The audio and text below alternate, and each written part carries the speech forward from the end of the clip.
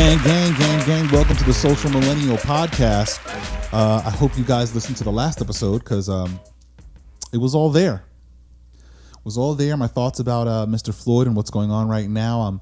There's another, or in a later podcast, I will definitely be talking a little bit more about what certain solutions that I have for what's going on these days. We've got a pretty wild political environment. We've got a pretty wild emotional environment. Pretty wild legal environment across the United States when it comes to policing, police departments, etc. COVID-19, etc. So, the Bronx is still here. New York is still here. We're getting through this COVID-19. For real, everybody, well, not everybody. I can't speak for everybody. I'm speaking in generalities, but dudes out here is acting like COVID don't exist no more. Like, for real. I can go right outside right now and just stay out there barbecuing, no mask, todo, nothing. And I'm just out there like, okay, I guess so. Now I know we can be out in public places with no masks and so on here in New York, but fam, if abuela and abuelo and tío, and primo is out here barbecuing and we like arm in arm sitting down, lawn chairs, the makeshift crates, and we just all right up on each other, especially because these sidewalks over here, at least in my neighborhood, are pretty narrow. So no lie, it's a barbecue going on across the street, a barbecue going on in front of my building, a barbecue going on the building over, all the music's playing at the same time. And if you're just a bystander walking in the street, you're rubbing elbows with mad people. Like, it's not a joke. So I'm like, COVID-19 is still a thing, people. It is still a thing.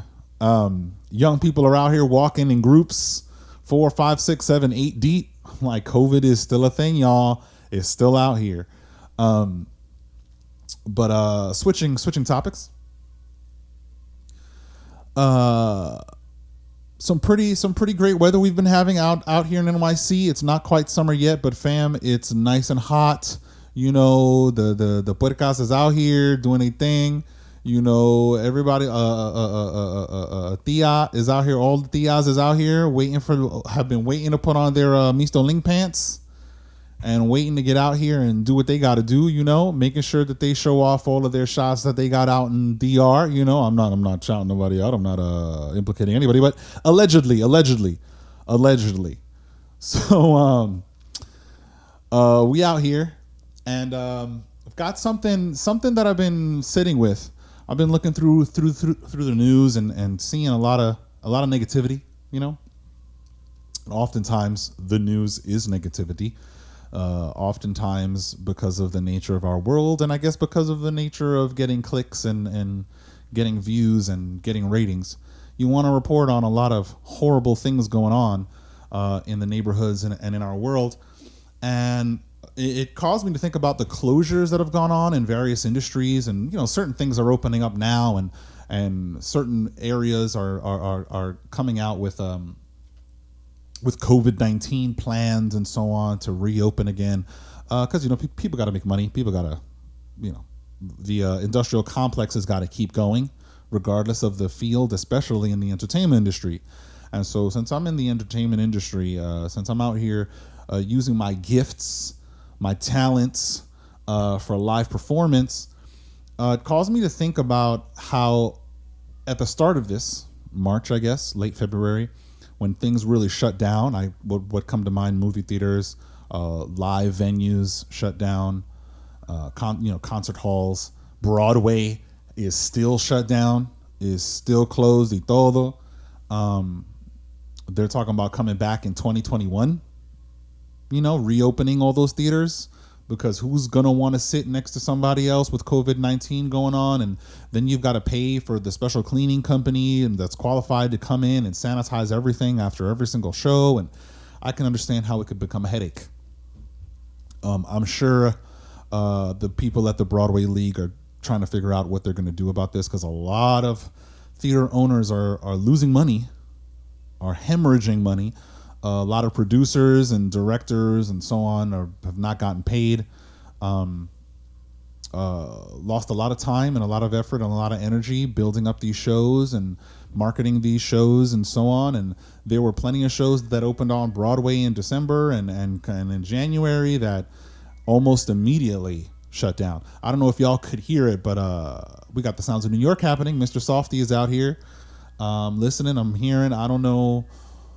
I don't really personally. I don't trust getting ice cream from Mr. Softy during COVID-19, but he out here chilling, making that money, hustling. You feel me? Got to get it. But yeah, all these closures caused me to think about something that a mentor of mine told me. He put it in I was gonna say in a funny way, but in the way that he puts things. We've got to do the doing while there is doing to be done.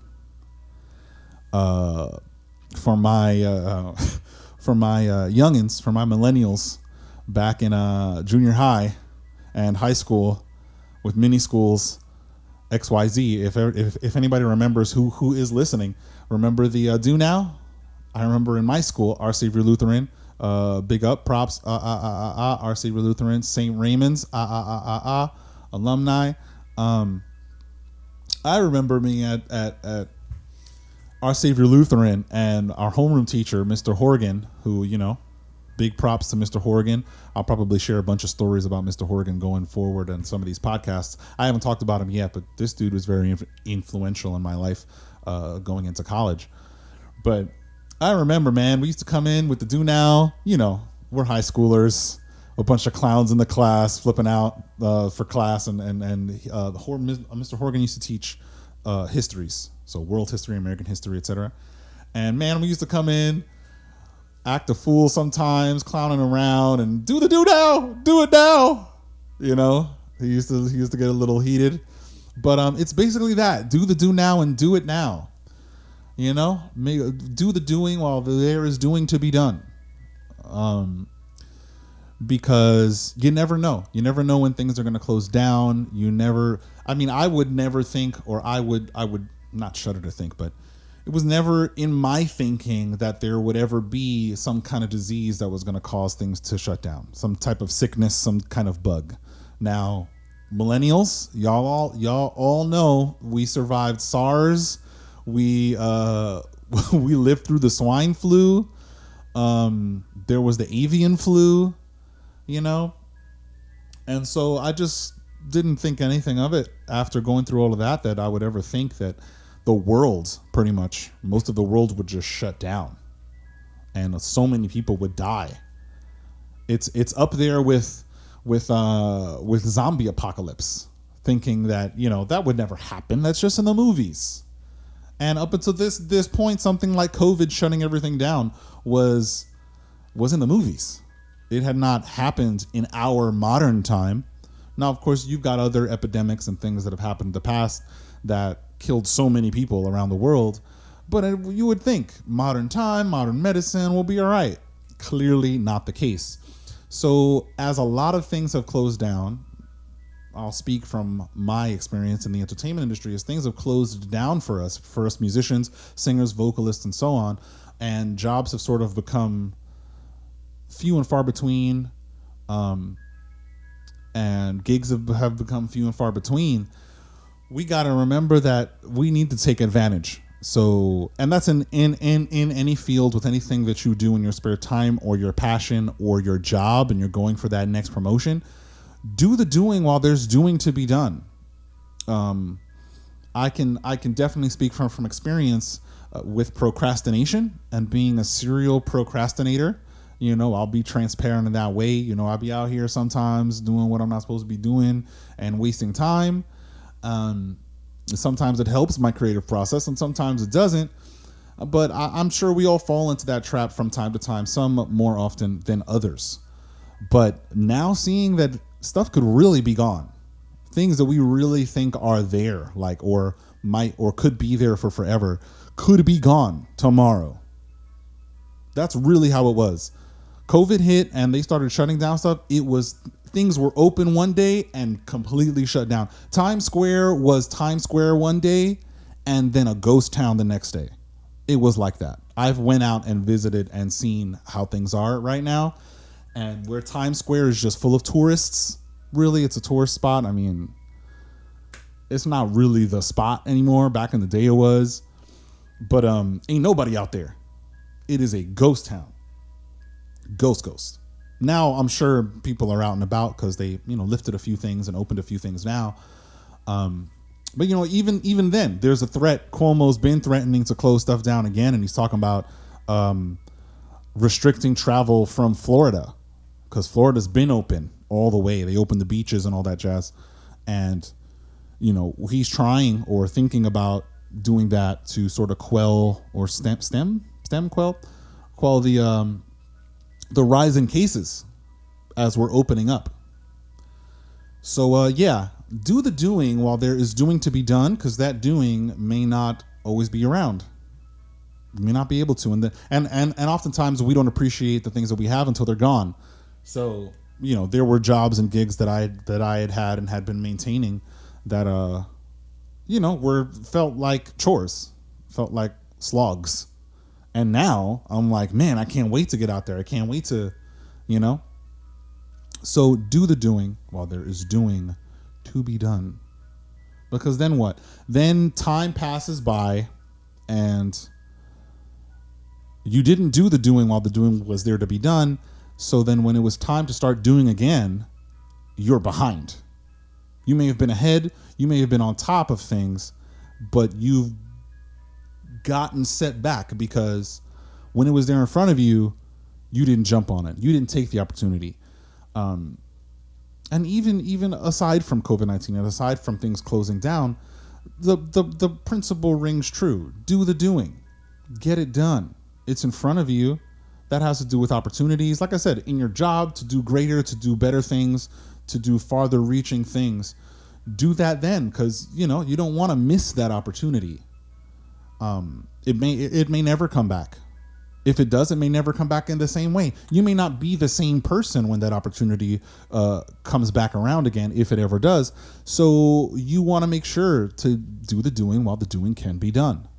And I'm preaching to myself, as I would. Yeah, church, I'm preaching to myself because I've gone through that where I didn't do the doing. I didn't do the things to be done while the doing was there to be done. And a lot of things never came back around. And then the things that did come back around, I was not the same person or even in the same position to do the doing while it could be done when the doing came back around to be done.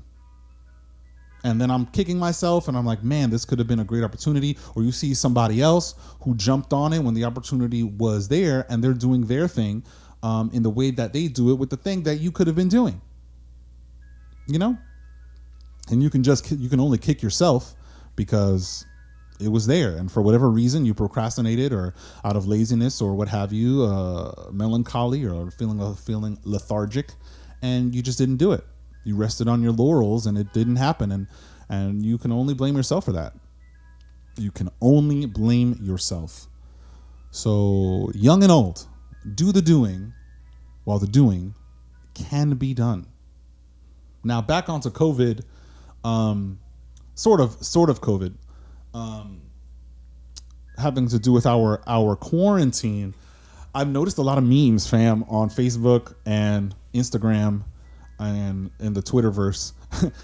NYC memes talking about how all of a sudden everybody and their mother got fireworks.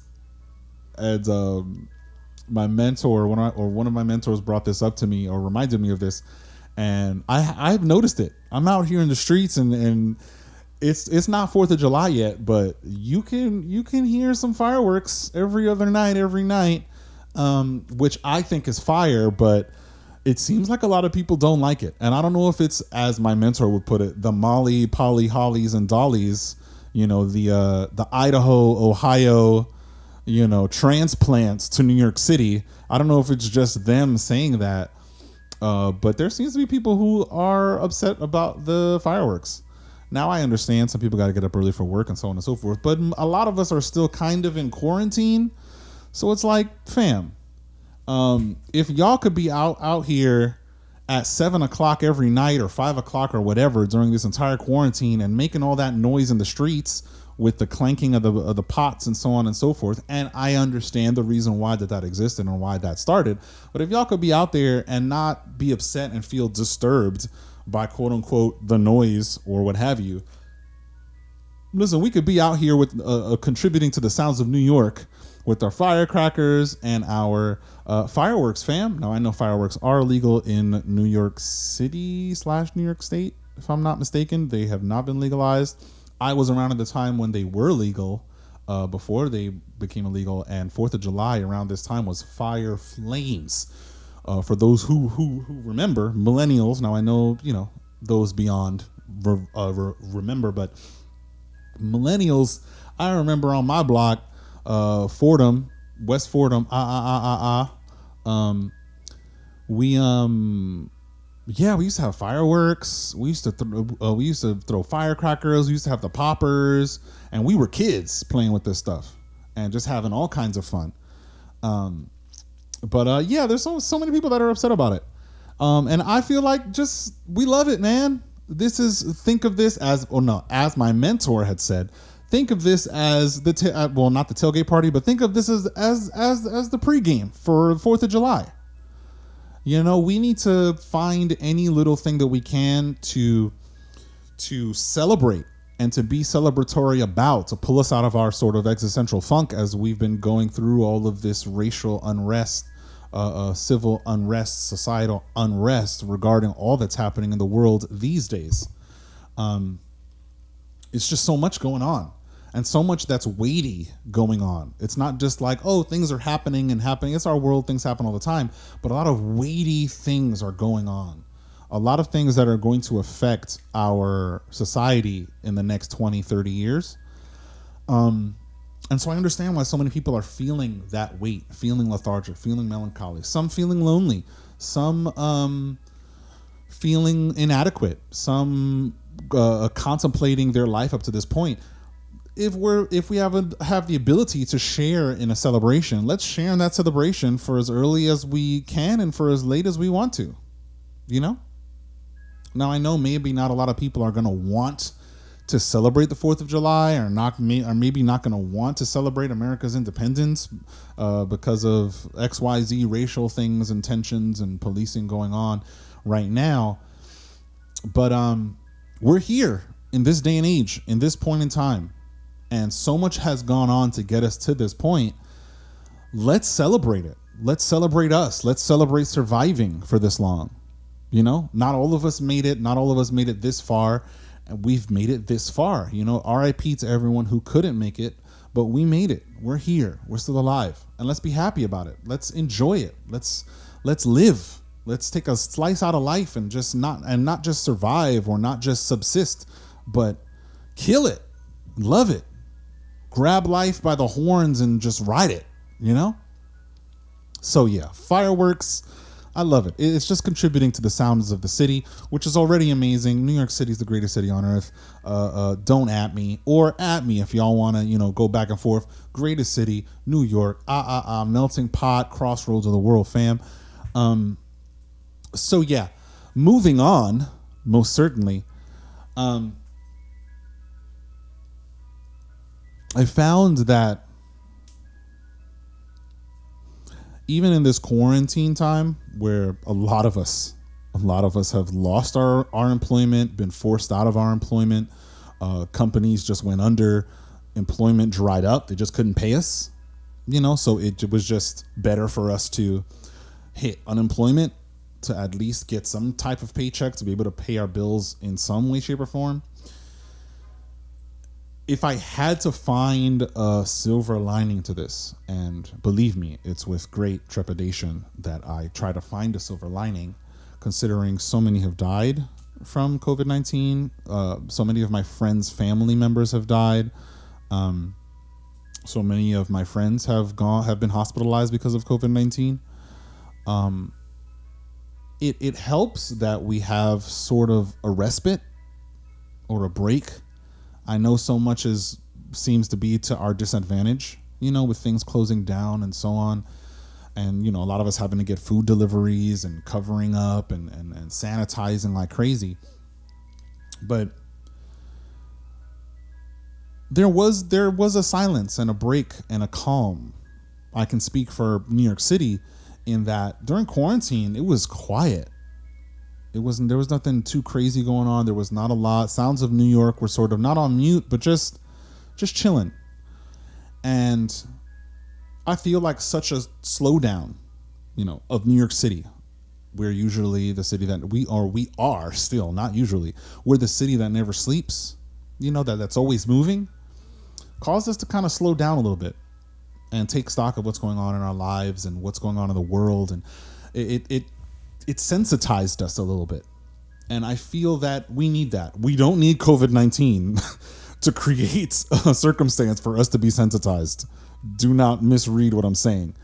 What I am saying is that it is good to have those times or those moments of respite, to sort of sit and be conscious, more conscious of yourself, what you're going through, how you're feeling, and in order to put yourself in the emotional place to be sensitive to the world around us, or more sensitive to the world around us, and more sensitive to others and what others are going through, and how certain things are affecting them. I will repeat. I do not believe that COVID-19 is a great thing, because it definitely isn't. However, we do have this time, and have had this time. The time happened. Things are starting to open up. Jobs are starting to open up. It has happened that now we're roaring to go to get. For my content creators, we are getting content out there. For some of us, it's sort of giving us a kick in the pants to go and get done what we've got to get done, because the doing dried up. So now that the doing is opening back up again, we're doing the doing that must be done in the time that it can be done. So remember, as things open up, as we continue past COVID-19, as we will get past this as a human race, and as New Yorkers, we will get past this. Take those times of respite. Go. Yeah, time is money. You want to get in that bag, fam, but it will count to your mental health, to your emotional health, to your stability, to have those times of respite where you sort of recalibrate, get to neutral, and in some instances resensitize yourself to the world around you. Because we can keep going and going and going and going and pushing and pushing and pushing and pushing and become desensitized. Things that are happening to us, letting it roll off. We can become so strong or so strengthened in our resolve that we sort of become bullheaded and headstrong and just moving forward and breaking down the walls. And we get used to breaking down the walls so much that we become calloused. It's like becoming a boxer or a fighter.